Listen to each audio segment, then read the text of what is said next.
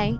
In this video, I'll show you how to transfer files from Scotia Bank to another account. So just log into your Scotia Bank, and then after that, you should be able to see in here the quick actions. So you can actually use your online banking by doing this transfer to others option. First, go to your online banking and then log in. Then click on the transfer tab and then select the option transfer to another bank and enter the recipient's bank details. After you've done that, you can head over and confirm your transfer. You can also use your mobile app.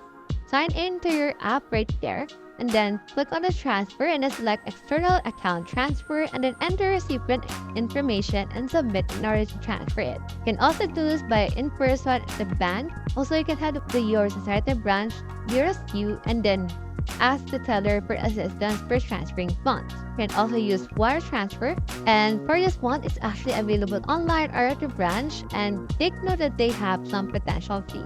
So that's how you transfer funds from Scotia Bank to another bank. Hope we helped.